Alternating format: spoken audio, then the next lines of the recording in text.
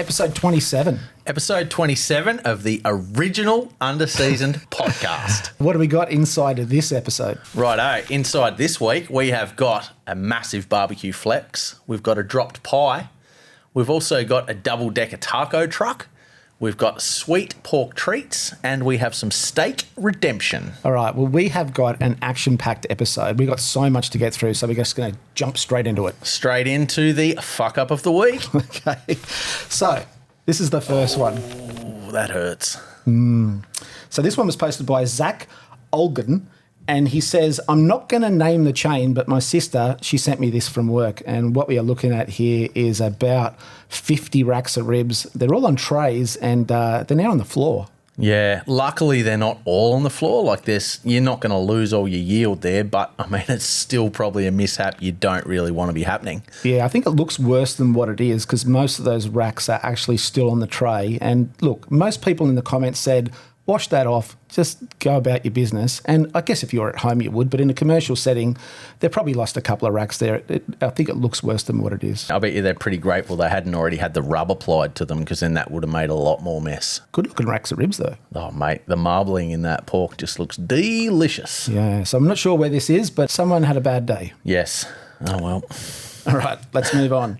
This one was sent in to us by Sam Cross. He's from the Cross Kitchen in West Lancashire in the UK. Yeah, right. And he called this one a roller coaster of emotions. So let's watch.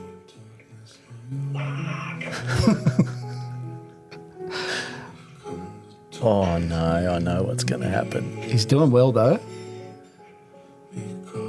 But not anymore. Pie soup. So talk us in what's going on here. So this guy set himself up for a beautiful pie reveal. He's even gone to the effort of showing us the cooking process and everything. It has not gone to plan. I reckon it's overfilled and that's been his downfall. And it's basically pie soup. Would still smash though. Yeah, he says, this is my first ever proper pie attempt and it's been traumatic from start to finish, he says. It's steak, chili and cheese pie. It tasted bloody wonderful, but it looked like it was dropped from the roof. I think his downfall is he's gone the hot filling into the cold pastry. That can sometimes be the problem. But also, too, just the ratios are a bit out and that's why it's gone a bit, made the base a little bit sloppy. But, yeah, still would have a crack, mate. Yeah, personally, I feel like Sam's been a bit hard on himself. Maybe if this was your 30th pie, you might be disappointed, but it's his first pie, so he's probably learned a lot. It is a bit soupy there, what he's put inside the pie. I'm guessing he's learned a fair bit. He is, but also you're being harsh because you put him in the fuck up of the week. Well, he sent it to us, right? So it's his fault. So sorry, Sam. This is what you get when you send us stuff. I think what he did is he saw Boomer's pies. So he sent this in as a bit of a funny to show us a bit of behind the scenes of him making a pie. So he's made a few other pies since then, and they look pretty epic to me. Mate, they look amazing. Good cross sections. So the one on the left here we're looking at is a full English breakfast pie with a pastry bottom, hash brown, black pudding, sausage, beans, bacon, fried tomato, and it has a pastry top and a fried egg. Mate, that is just, you wouldn't need anything for the rest of the day. Well, you probably would want another one. That's a setup. That's a foundation for a cracking productive day. Yeah, really good looking pie. And then the second one we're looking at here is a pork mince pie with black pudding and an egg. So good. It's almost like a Scotch egg in a pie. He did ask, though, he goes, how on earth do people get a runny yolk in the middle of their pork pies? Dunno. That's a tricky one because, I mean, I make egg and bacon pies. The egg's always set in there and they're not pre-cooked. So what's going on there, though? So this is a bit of AI, I guess, of what he's trying to achieve. So he's trying to get a runny yolk inside his egg in the middle of his pie. I don't really know too much about this because I've never tried it myself, but people do it with Scotch eggs all the time, right? Yeah, I think the trick with the Scotch egg is to get it soft boiled, then let it go to almost be fully frozen before you encase it in the meat. But also, too, a Scotch egg's a much quicker cook because it's usually deep fried. That's one for you guys. Yeah, if you know how you get a runny egg inside a thick pastry pie that probably has to cook for maybe, 30 minutes to an hour, let us know in the comments because maybe you might use a syringe to suck it out and put it back in. Potentially somebody did say that in the comments. But the other option is obviously that you kind of soft boil it, then you try and peel it, then you nearly freeze it. But I just think the casing's too thick to allow it to not cook.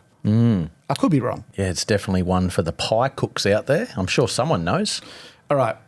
Dishes of the week. This is where we get to share some things in the DMs with each other of dishes that we've seen that have really inspired us to keep cooking.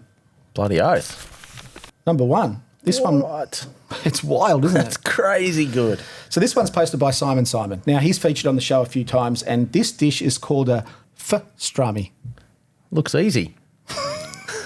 It doesn't look easy at all. It does not. It's very intricate. I'm fascinated. Okay, so it's beef ribs brined in pho spices for 3 weeks. Wow.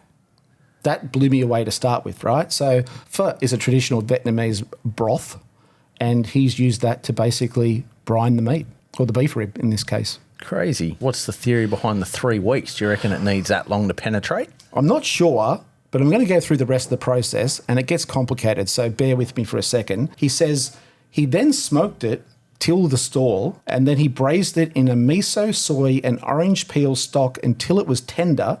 Then he reduced the stock to a glaze, and he served it with a coriander salsa and some coconut rice to soak it all up. Wow. I bet you it was worth it, but...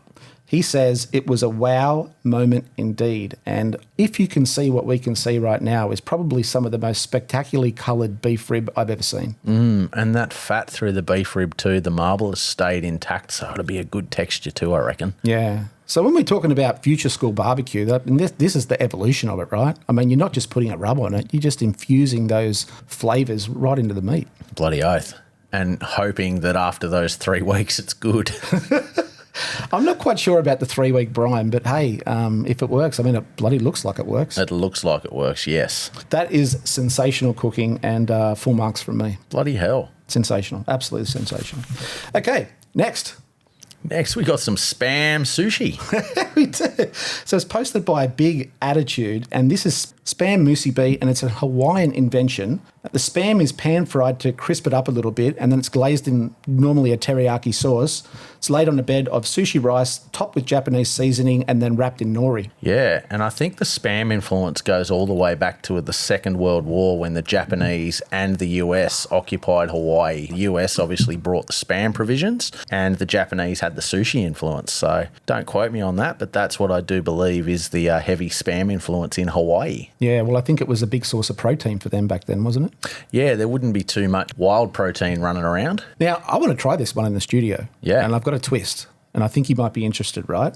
We smoke the Spam. Yep. We don't just grill it, we smoke it, and then we put it with something that you're familiar with and like, and I reckon a bit of smoked pineapple. Amazing. Be sensational.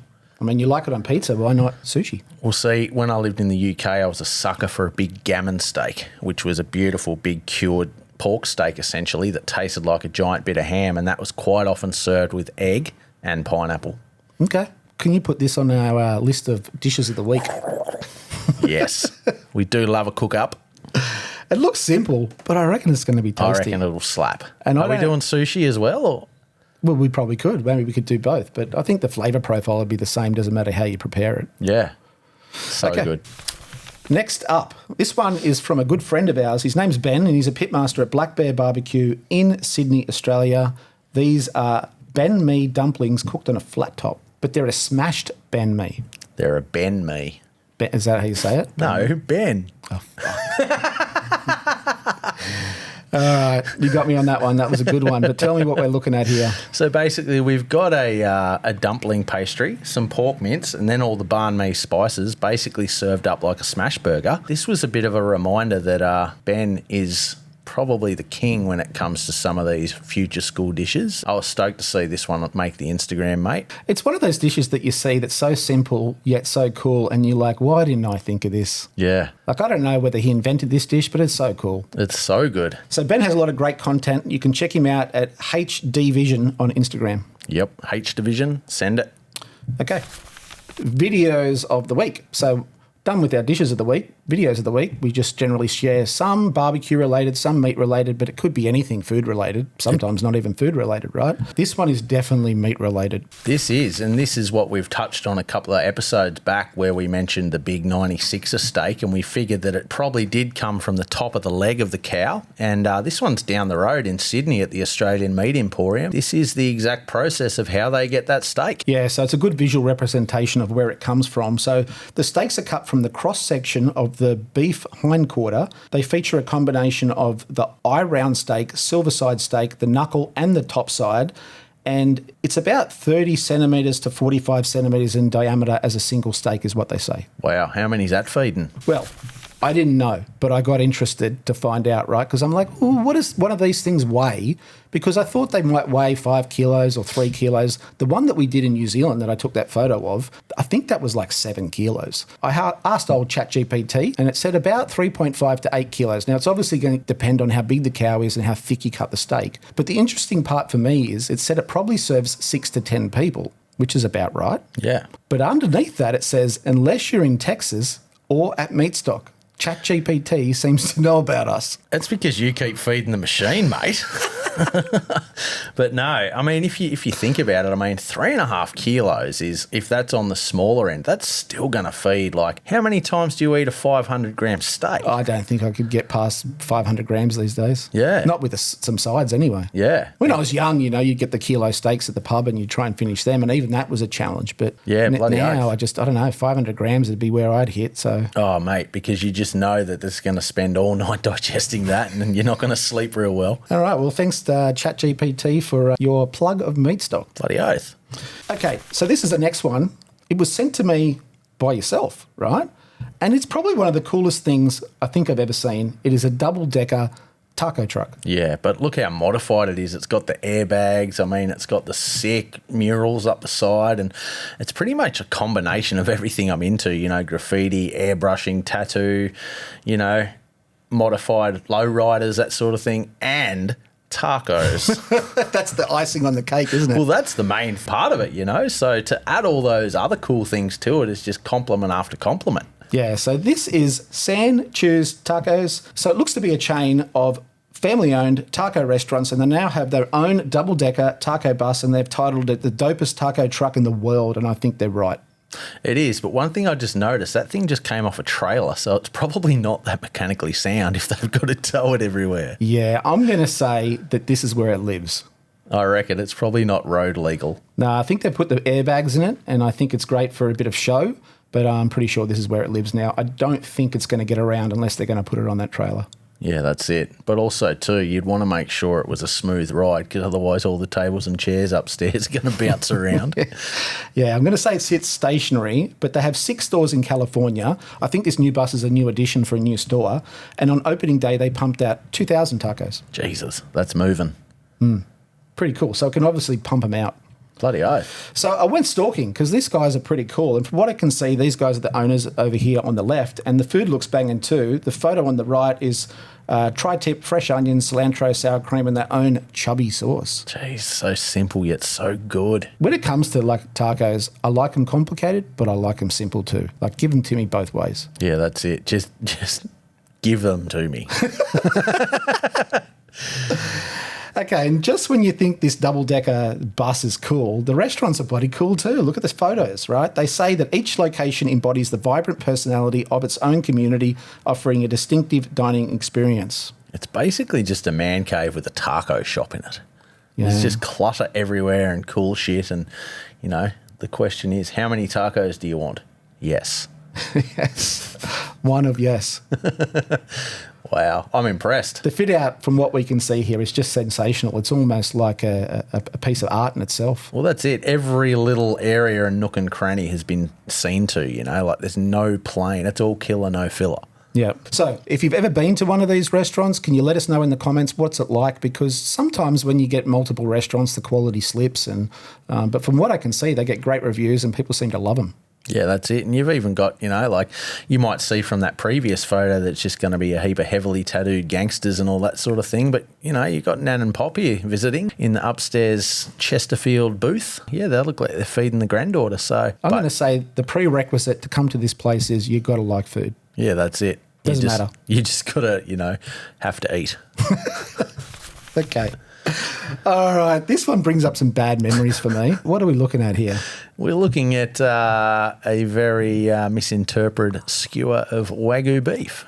I think it was maybe 4 or 5 episodes ago, I mentioned in Japan at a market that I miscalculated the price of this exact stick of Wagyu beef, and I thought it was $5, but it wasn't. It was $50, right? And so I made a bad miscalculation, and obviously it was great, but I didn't really do the math in my head properly until I started to eat it. But I'm not the only one. I've since found somebody else, right? So I'm going to turn the volume up a bit on this and just have a listen. Baby was $50. That really pisses me off right now. Yikes. The woman was too stunned to speak. I'm going to drop it. Still worth it, bud. I'm going to pause it there, but it was worth it. And this looks like to be some sort of Instagram couple, and they go around eating food and doing their thing on Instagram.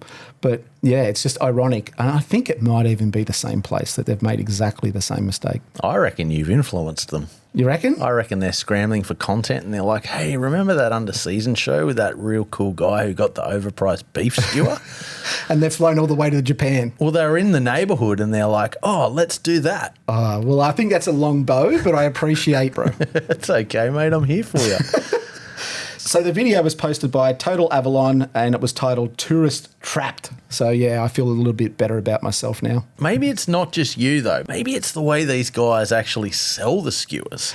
Look, I can't remember, but I just remember that the exchange rate was almost like 10 to 1 or 20 to 1. So when you did the quick math in your head, I think what happened is in your head you went, oh, it can't possibly be $50. It must be $5. So you did this real quick calculation, right? And it's not until you actually pay for it that you realise, hang on a second, I think I've calculated this wrong. So, but also you don't want to be doing maths on holidays. Yeah, but I'd expect to pay that if you sat down at a restaurant. But this was just street food, lined up, eat it on the street type thing. So cool story, bro. Yeah, anyway.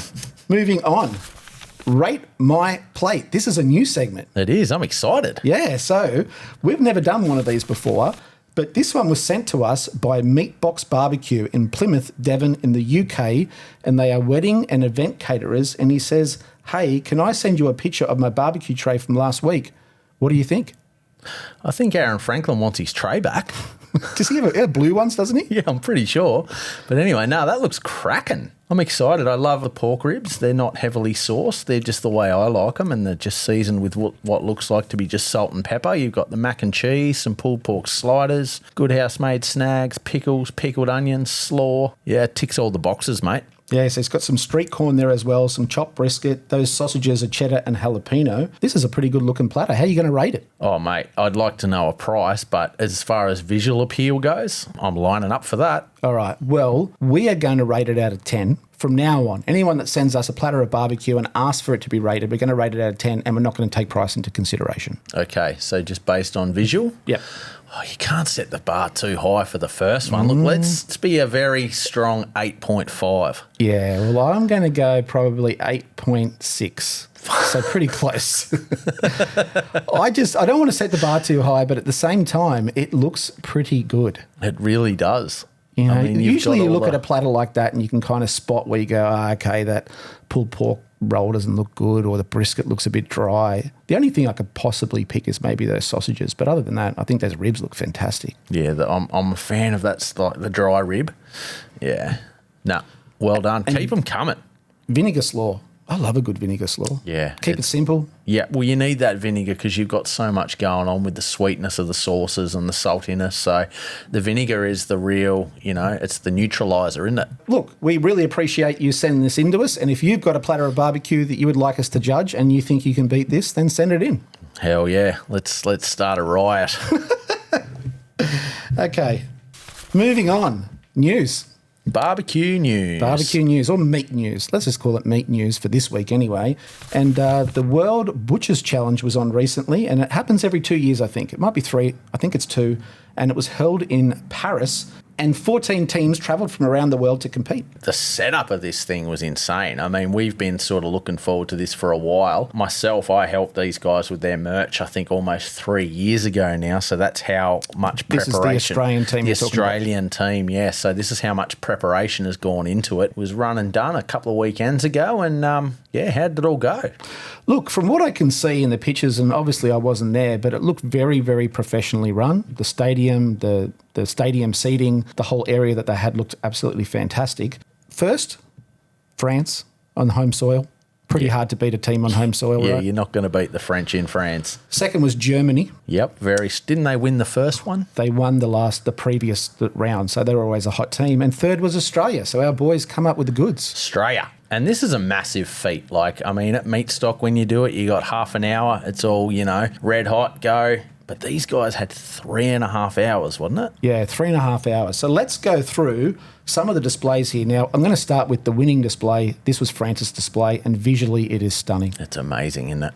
On that, if you travelled from another country to Paris to compete for your country, to me, you are fucking awesome. Unbelievable too. I mean, hats off. Like, you're putting some pride back into the industry. Butchery was a bit of a dying trade there for a little while. And to see people go and compete on this level in another country and do well, it makes me feel like a sense of pride. Yeah, that's it. And everyone involved should be very proud. Pretty sure these guys, they all had to do their own fundraising to even just get over there. They all had to take time away from their shops and their personal businesses to be there just to represent the industry that they love and the country that they learnt it in. A lot of these guys, even though they're competing against each other, they're all really good mates too. I mean, it's the industry that wins at the end of the day when an event runs so well. Yep. So this is the French display.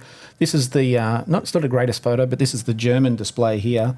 And this is the Australian one that came third, which looks pretty great. Now, keep in mind, they had to ship all this from Australia. And just the training too, like to delegate. I mean, it's not as if you just show up at the start of the contest and say, right, you're doing this, you're doing this. This is all pre-thought, pre-planned, like these guys have, and you're trying to squeeze as much in as you can of those 3.5 hours. So this is a well-oiled team. Yeah, and I don't have the photo in front of me, but there was a photo of Craig Munro, who's on the Australian team, and after 3.5 hours, he was busted. I think he even quoted in that little description that not even at the end. I mean, he started to break down sort of halfway through, knowing that people were cheering and just having to control those emotions, that, wow, this is it. This is the moment. Like you got to focus on having a pretty hectic knife in your hand and handling some food and that sort of thing and not letting your team down and that. So these guys are absolute stalwarts of the industry to even just get involved. So super proud, guys. Yeah. And let's look through some of the other displays here. So I think this is Belgium. Yep. Canada. That'll be somewhere Scandinavian with all the Norse things going on there in the foreground. Some really epic displays though. Butchers of America. That'd be Spain. New Zealand. New Zealand represent. The Sharp Blacks. So I'd love to tell you where some of the other teams have come, but we don't know. As of the time that we're putting this podcast together, only the top 3 have been announced, and I think the rest of the teams are kind of waiting to know where they came. Yeah, you're right. There's some good rum and Q product placement at the front of that display, mate. No, sensational, guys. Everyone involved should be very proud. Yeah, so congratulations to France. I mean, just visually, like as soon as I saw these photos come out, I thought this was going to be hard to beat. Now, I know a lot more goes into the judging than just the visual representation, but once you see something like this, it's pretty hard to sort of go back and maybe pull apart something else they did because it looks so good. Well, you think about it, like if you or me or just a lackey, to even just put that on display would take me 3 fucking hours. Like, look how clean and meticulous and uniform everything is. And I mean, this has all come from half a side of beef, a lamb, a pig, some chickens. Like, they haven't just gotten these out of the fridge and put them on display. They've broken these down and made those in the 3 hours, then presented them. Yeah, well, it's a lot different to Butcher Wars in the fact that you can pre-prep a lot of stuff. Here, they can't pre-prep much at all, I don't think. It's so good to see. Okay, moving on. Now, if this isn't the ultimate barbecue flex, I just don't know what is. It's pretty out there, isn't it? So this is Matt Pittman, otherwise known as Meat Church. I think a few episodes ago, we may have called him the biggest person in barbecue today, and this may well prove it. And rightly so, too. Like, this guy's a wizard. So what we're looking at here is he's doing a promo for a shelving company called Levrack. And Levrack have come and installed a nice shelf system within his garage, right? But he also just happens to have a black Lamborghini sitting in front of this shelf. So to sum up the video, it goes Levrack, Lambo, Levrack, Lambo, Levrack, Levrack, Lambo, Lambo, Levrack, Lambo. That's the order of the video. Yeah, right. And he's just got Yetis on display. Yeah, because he often has to change the number plate, so he needs somewhere to put the screwdriver, and that's where the Levrack comes into play. Oh, okay. Yeah, I get it. He's even got a few other cars in the shed there. But before we award this the biggest barbecue flex of all time, I think he's going to get pipped. Hold my beer. Ready? Boom. So not so fast, Mr. Matt Pittman. This is Blues Hog, and they have their own NASCAR now. And they can't have done too bad after that bloody factory fire. Yeah, we did feature them a little while ago where they did have a factory fire. They've put all that behind them, and they're now sponsoring a NASCAR team. Now, they make great sauces, some of the best barbecue sauces on the planet, and they've partnered up with JR Motorsports, and for selected races, they are going to sponsor a driver and a car in the Xfinity Series. Amazing. It's a good-looking paint job too. Hot and saucy fast, looking. mate. Hot and fast. It does. That's how they cook. The car looks epic. It's got a saucy theme going on there. Hats up to the designer because this thing looks, it pops. The colours are great too. Who are you picking on the track, a Lambo or a Chevy? I think the Chevy might have it in a circle anyway. Yeah, it only turns the left way. So this is the back and it says stay saucy on the back there. So who do you think wins this one? Matt Pittman or Blues Hog? What's the biggest barbecue flex of all time? Is it a NASCAR or a Lamborghini? It's probably still the Lambo because this is a sponsored car. I get that, Well, but it's Matt- still a NASCAR. Yeah, I don't know, man. I'd probably rather have a Lambo in my garage than the panels they unscrew off that one when they say, hey, thanks for your sponsorship. So Matt Pittman, I feel like if you really want to settle this once and for all, then this is your only option, bro. Gauntlet thrown. You know what you need to do here, right? I've even come up with an alternative theme as well there. Give it a bit of a rusty touch there, like a smoker. This is what he needs to do. It's very cool, man. It's very cool. And once again, you're feeding that AI machine. But Okay, moving on. Failed or nailed. I love this segment. this is where we're very quick. So, hot off the mark, Sigh has to say if it's failed or nailed, and then we kind of talk about it a little bit, right? But it's got to be your first instinctual reaction. Righto. Let's Ready? do this. Ready, set, go. Oh, gotta say, nailed. I You're nearly in two minds then. I was. It's pizza. So that was always been my prerequisite. But first I was like, what's on top? And then I was like, oh, it's a pizza. So to me, it's nailed. Yeah, but what is it? So it looks like a traditional English Sunday roast with rare roast beef on top of a Napolitana pizza. But you've got the Yorkshire pudding and the gravy and the bacon and the broccoli in the middle. The more I look at it, though, I'm not getting any less confused as to how this would taste. I'm still confused, and I'm confused about how you'd eat it, because obviously I don't know if you'd be able to bite through that bloody rare roast beef there. What you need to do is you need to eat the Yorkshire pudding, then put that whole thing back in the oven, crisp up the beef, and then eat it as a pizza. The Yorkshire pudding's now your entree. So this was posted by Pizzas with Threatening Auras, and yeah, I'm going to pass on this one. I'd still give it a crack. Still a nail. All right, next. Oh, fucking nailed. So these were posted by Link Dibben, and these are rotisserie dimmies. Bloody oath, the old South Melbourne mystery treat, and he's put them on the rotisserie over some coals, and they would be fantastic. So I can't really explain to people what dim sims are if you live out of Australia, but I suppose if you've been to dim sum, you would kind of get a bit of an idea of what we're kind of dealing with here. It's kind of like a filled Asian pastry. It's kind of an Australian dumpling. Is pastry the right word to use? It is a pastry, yeah. Okay. It's in its own style of pastry casing. If you look at the ingredients on the back of a bag of dimmies, it usually just says cabbage, spices, meat. Mystery meat. It doesn't really specify exactly what sort of meat it is, but I love them. Okay. They're big down in Tassie, big down in Melbourne. Yeah, Dim Sims for Life, the Facebook page. If you want to get a little bit more educated, jump in there and have a look. Right. Well, Denmar, our editor, he's from the Philippines, and apparently the closest thing to these things in the Philippines is siomai. Yeah, right. He cooked these over charcoal. He's obviously got them on a spinning rotisserie. He used apple wood. He slightly steamed them first, was his little secret. He sprinkled them with some salt, pepper, garlic, and he said that they were absolutely amazing. Yeah, pre-steaming is actually the secret to getting a really good dimmy. Otherwise, they dry out. Yeah, they definitely do. Yeah, I got some cooking techniques on the Dim Sims for Life Facebook page, and I came across one where they said steam them for 90 minutes. Wow. So that the skin almost becomes, translucent and breaks down. Then you hit them in a hot fryer, and the oil penetrates the skin and gives it those really soft bubbles. And they were right. Okay, that sounds pretty impressive. Ron in the comments said, you need to baste these with chili oil as they cook. Well, we're going to do these on the show. I'm going to get the Weber kettle and the Vortex going. We're going to do the fried, not fried. And I'm actually going to make my own beef tallow and I'm going to spritz it before we cook them. Okay. You might have a better idea then. Oh, mate, I reckon beef tallow will be the way to go to spritz them and then hit them with the chili oil at the end. Yeah, I'm a big fan of chili oil these days. Big fan, especially the stuff with the crunch through it. Yum. Yeah. All right, well, we're pushing the culinary boundaries here with this rotisserie dim sims. I'm happy about it. Okay, next. Oh, what's quick that? That's nailed. I forgot what segment we're in. These have been all absolute treats this week, mate. So this one was actually sent in to us by Meathead's Barbecue Team. They are from London, Ontario, Canada, and their motto is "Go pig or go home." That's a pork belly bukkake right there. Yeah. You can't say that. You can. Okay. These are fresh off the smoker today. They are meat candy. They're cooked by Pitmaster Steve. I don't know. How do you feel about mixing your proteins with dessert? Oh, I do it all the time. Okay. Oh, these would still be dinner. I'd mix it up a bit. I'd go probably a savoury rub and then finish it with that sort of cinnamon icing there. Okay, well, let's go through it. So they're pork belly cinnamon rolls.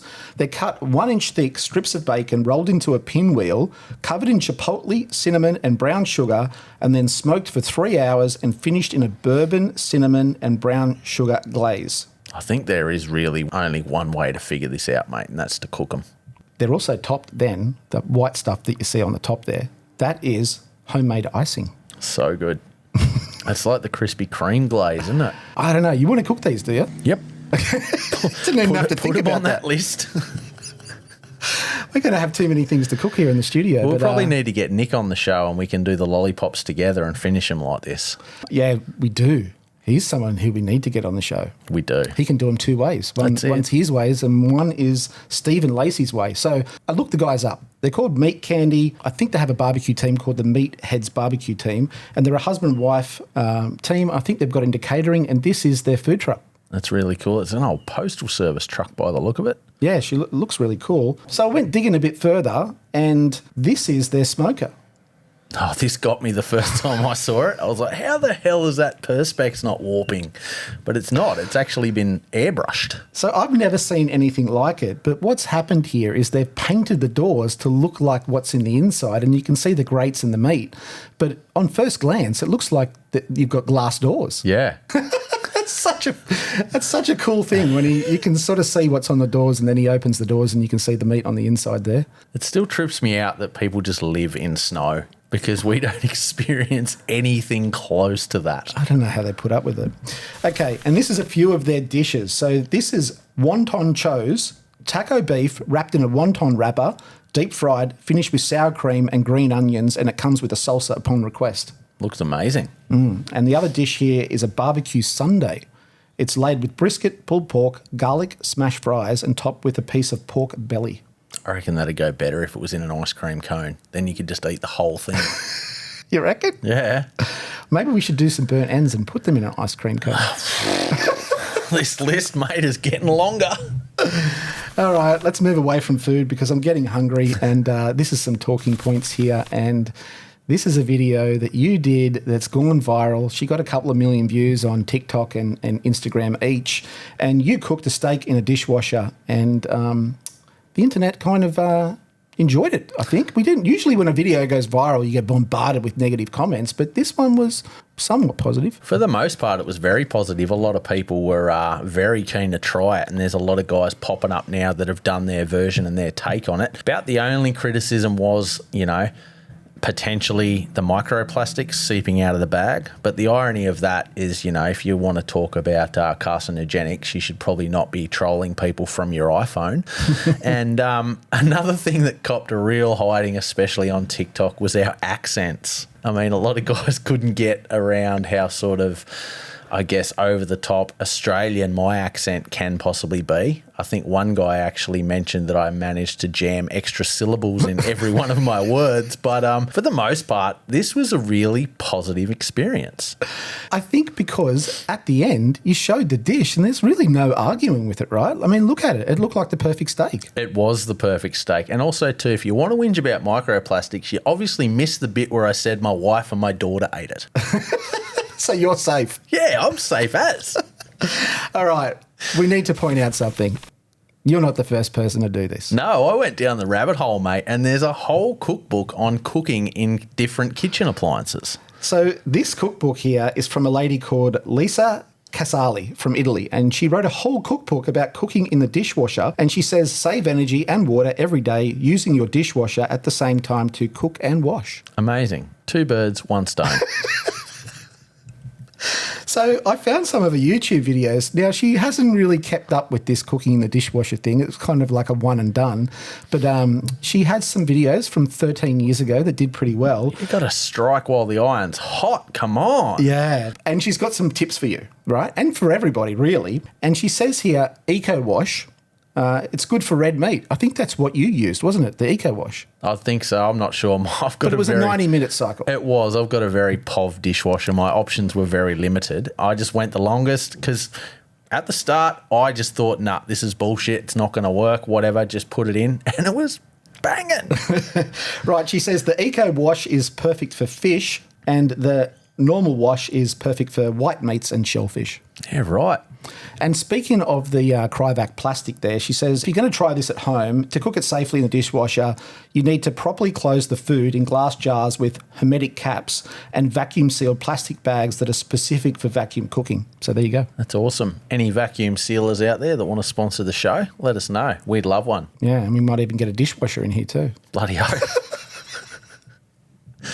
Okay, up by Sigh. It's that time of the edition here. And this one we tried to feature once before. We've had to can it out of the episode, but tell us about this. Yeah, so this one was ready for launch for the Meat Stock Toowoomba lead up. Yeah, Cyclone Alfred had other plans, so we had to pull this one from the edit very last minute, and that's why that episode was a little bit late, because the guys here, the Alpha Blokes, massive in the podcast world and now the barbecue world, this was a collaboration between those guys and myself to help launch their barbecue range, and it is now ready to go. It's online. These are now on shirts, on stubby holders. They've got a bunch of new rubs for you to try and some country trucker hats and that too. But yeah, these guys approached me about sort of the end of last year and wanted me to depict them in a bit of a barbecue scenario in my way. And yeah, this was a good fun collab and good guys to work with. If you want to get some cool merch, get amongst it. Rightio, Alpha Blokes. Yeah, check out their podcast too. Yeah, they've got a banging podcast. They're getting right into their cooking now. And I mean, that was the goal of our podcast, to get more people cooking. So anyone that wants to help us on that mission, greatly appreciated. Cool. All right. Featured artist. Now, this is one we've covered before, but he's made us an original piece of art for our wall here, and it's awesome.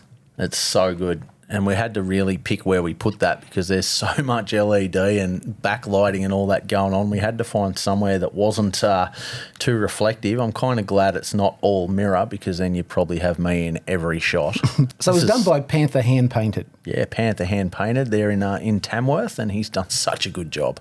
So this is 22 karat gold outline, white enamel inline. It has subtext red enamel fades on the primary letters and the banner with mother of pearl inlay. Wow. Like, it's a stunning piece of artwork, right? It's so sexy, man. I can see that pearl now. Pearl in the stars. Awesome bit of art. We're glad to have it up in the studio, and we appreciate you giving us a bit of art to put up on the wall, right? Yeah, bloody oath. Check him out on Instagram too. He's got some cool merch. Some of the hats I wear on the show that people have asked about, it's from Panther Hand Painted. So best way to support an artist is buy directly from them. So, yeah, get in there. Support your local artists.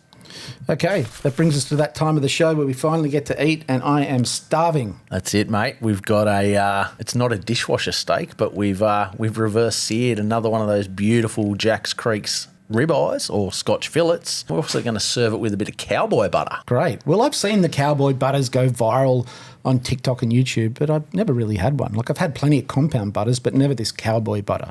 Yeah, but this is also a great way to showcase too. I mean, we're all about those hacks. You could pretty well make your own Cowboy butters just by following a base sort of recipe and then adding your favourite rub to it to give it a bit of distinctive flavour. Cool. All right. Well, while we have this opportunity, I'm just going to shout out Jack's Creek. So Jack's Creek are a great brand of beef that are based out of Tamworth in Australia. Some of the world's best steaks, they win regularly too. They very regularly win world's best steak. Yeah. And we're so lucky to have them near us, and they also support us with Meat Stock, and they supply all the steaks for the SCA steak cook-off every year at Meat Stock.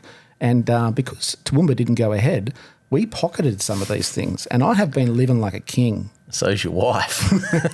Well, I went to get one the other day and they're all gone, so I think she's eaten them. Yeah, that's it. But no, I've picked a cracker out of the freezer for this week. And yeah, we've done that in the smoker and we're going to go sear that. Stay tuned. Okay, so you made a compound butter with this steak as well. So we're going to just go through and talk about the steps here, and I'm going to play them and you talk through.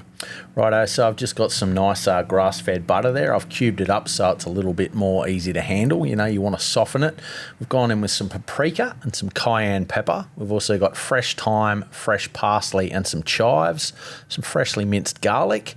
Then I've added a bit of Tuffy stoned. Oh, there's some Dijon mustard too. Can't forget that. And we've gone a little bit of lemon juice or lemon zest. Yeah, a bit of Tuffy's big umami just to give it that little bit of barbecue-ness. But what I reckon you can do is you can just sort of follow these basic, I guess, principles of how to make a compound butter and just load it full of your favourite rub. Yeah, I think the addition here of rub is probably what makes it. And I'm a big fan of that Tuffy Stone umami rub. Yeah, it's really good, that one. If you got a favourite rub out there, another little hack you can use to, explore the flavour profiles. But what we've done there, once it's been soft, I've thrown it into a bit of double thing of cling film, formed it out into a bit of a log, and then I've rolled it nice and tight. And now you can keep that in the fridge, slice it off as you need it, put it on your steak. A couple of ways you can serve it, actually. You can put the discs on top of your steak and let it melt through, or you can put it in a pan and have it as a dipping sauce.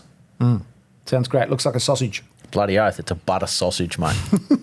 Okay, so next up was the Jack's Creek steak. And tell me what you did here to season it. Righto, we've got this beautiful Jack's Creek Scotch there. I've given it a little lick of olive oil just to help that rub stick a bit. Then we've got the dark side of the grill Mel Toro, the big beef rub for that one. And we've just given it a nice liberal coating there. Yeah, seasoned both sides.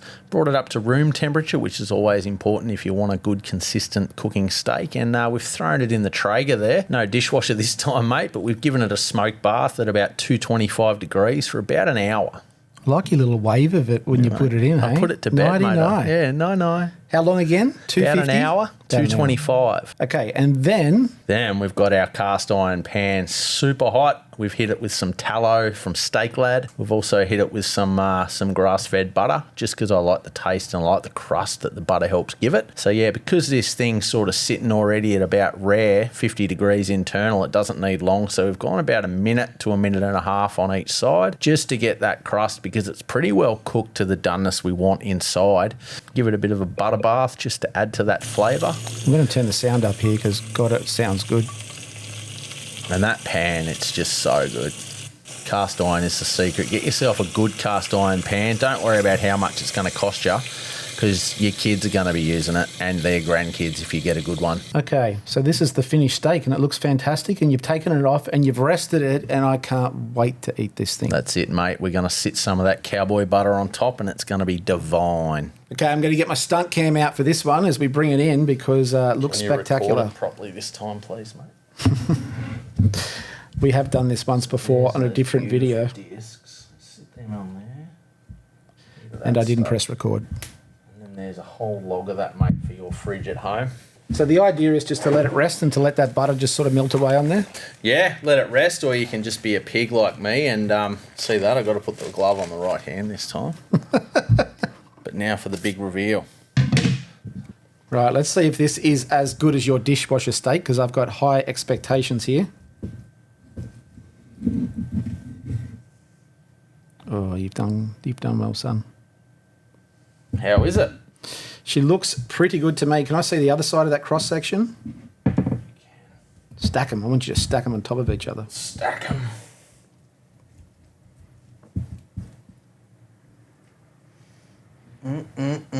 You have done good there. So that butter is just going to melt all over that steak. That's it. Can you hear those noises? Can you hear that steak just... You can hear me dribbling. Oh, bro. I know the guys upstairs are expecting a bit of steak for lunch, but I don't like their chances, mate. No, we might not tell them. Okay, that looks stunning. Righty, I'm going to get some of this steak here. I'm going to dip it in the compound butter that you've got here. The Cowboy butter. Yeehaw. Let's Cheers. call it redneck butter.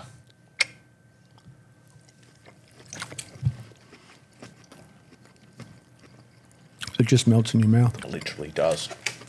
God. You know, I love low and slow barbecue, but sometimes you just can't beat a good steak. You can't ever, I don't reckon. Well, that is absolutely spectacular. Right, let's finish up and smash it. Okay, the Encore. So let's get this thing finished because me and you want to finish the rest of this steak. Yeah, let's watch. What is going on here? Would the kids say no cap? I don't know. It's all cap. So we've got a guy that obviously makes hats out of food. Yeah, so it was posted by Falcon Browse on Instagram. His name is Brian Downey, and he's an artist. And he says, I make unique hats with love. And you can buy these, right? Yes. So what we're looking at here is a mashed potato hat, and he's covered it with gravy, and now he's going to eat it. It's a lot of potato, bro. That's bum glue. So it doesn't.